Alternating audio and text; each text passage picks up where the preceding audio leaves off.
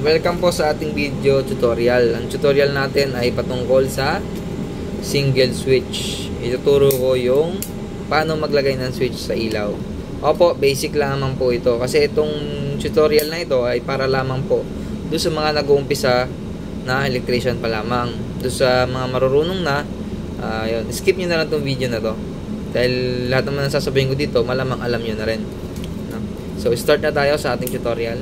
So, unang-una, meron tayo ditong terminal block. Ang tawag po dito ay terminal block. Itong ating power supply. Ayan, plug. So, gagamitan na siya ng terminal block.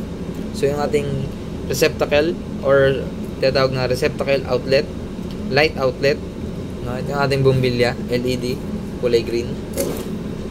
So, unang-unang gagawin natin, ikakabit natin yung line 1 ng ilaw sa line 1 ng ating power supply. So yan, dyan lamang po yan guys. Ganyan lang po ka-basic yan. Huwag kayong matakot na umawak ng kuryente. Basta may proper knowledge kayo, no? So sunod natin, yung tinatawag natin common o line 2. Yung mga sinasabi ko nga pong mga pangalan, line 1, line 2, common, yan po ay tinatawag nating tagging lamang. So pwede sila magkabali-baliktad, no? Based sa inyo. So ito yung ating line 1, makikita nyo, papuntang ilaw. At ito naman yung ating line 2 or common. So ito po ay pupunta dito sa ilaw. Sa switch po. Yan. Sa switch po yan pupunta. Yan. Paliwanag ko na rin tong switch, no, paano ba siya gumagana, para sa ba yung mga butas na yan. Yung apat na butas na yan, itong dalawang butas, dito po natin ipapasok yung common. Yan, yung tinatawag natin common o yung isang wire na to, line 2 or common, no? Dito natin ipapasok yan, hindi po dito. Kasi sa tapat po niyan, ito makikita nyo, yung gatla, tapat po nito.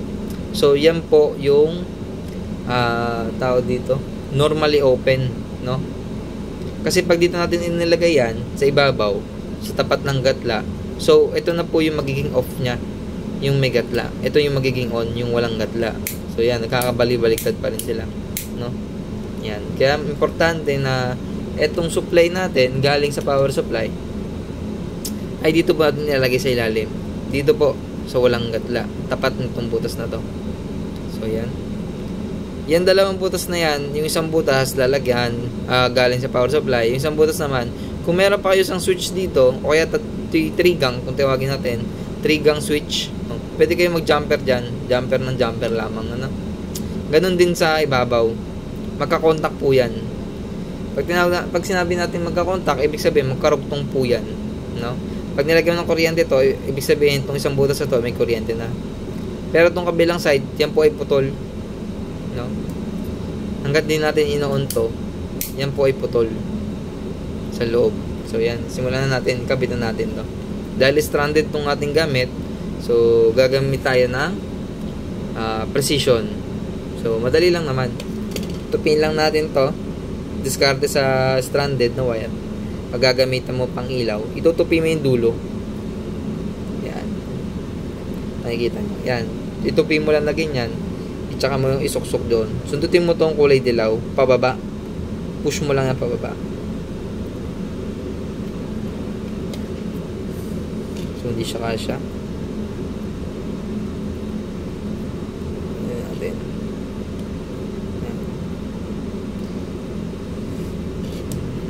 Sundot natin, pababa lang. Yun. So yan, no? Huwag na kaya natin tupin. Pero mas maganda tupin to guys, kasi itong gamit kong wire ay medyo makapal. Yan. Sa ipang outlet. Pwede naman na hindi siya ano yun. Yung stranded kasi na wire, mas manipis po dito. Ano? So yan.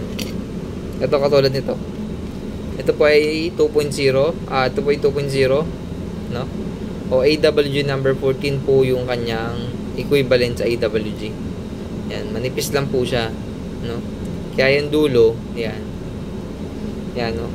Kaya yung dulo, itutupi po natin. Para kumapit yung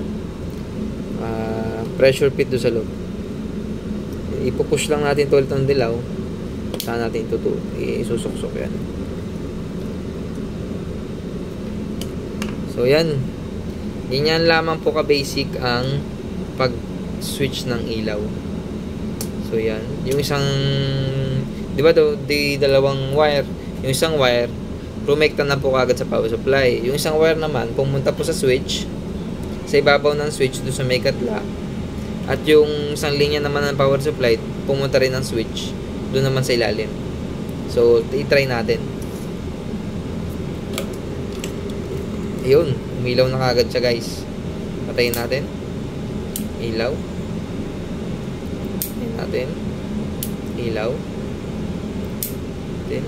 Ilaw. Yan. So, yun.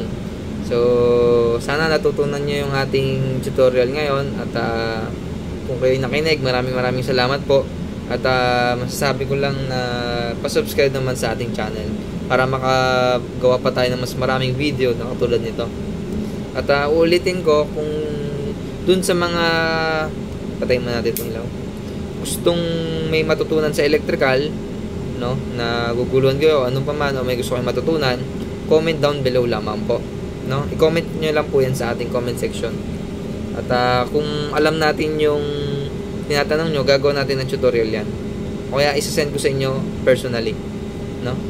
So yun. Thank you. Pa-subscribe po sa ating YouTube channel. Thank you. Hanggang dito na lang po ang ating vlog.